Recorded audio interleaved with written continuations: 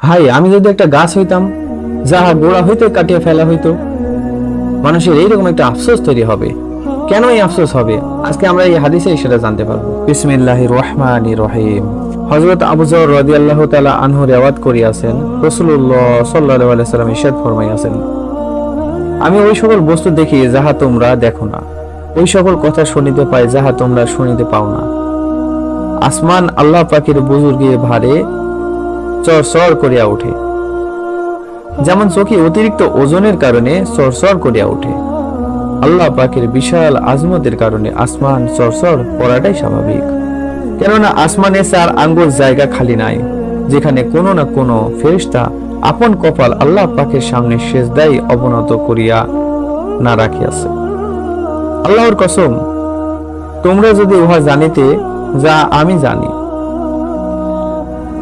তাহা হইলে কম হাসিতে আর বেশি কাঁদিতে। বিছানায় আপন স্ত্রীর সহিত উপভোগ পরিত্যাগ করিয়া দিয়া আল্লাহ পাকের নিকট আশ্রয় চাইতে চাইতে জঙ্গলের দিকে বাহির হইয়া পড়িতে,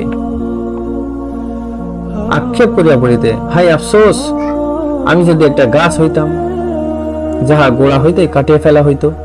তিরমিজি শরীফের হাদিস, হাদিস নাম্বার 2312।